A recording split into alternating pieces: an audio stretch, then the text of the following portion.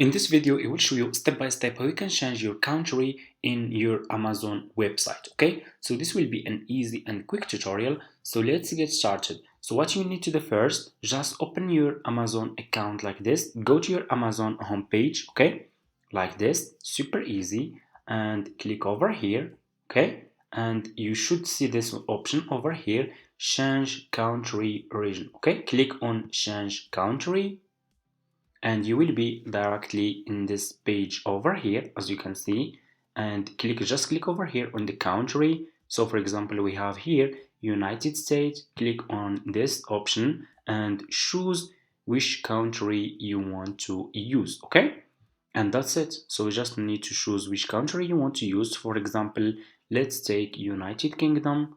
Just click on the country that you want to use, then click over here on go to website. Okay, and your country will be changed. Okay, and that's it. That's how you can change country in Amazon website. Thank you so much for watching and see you in my next video.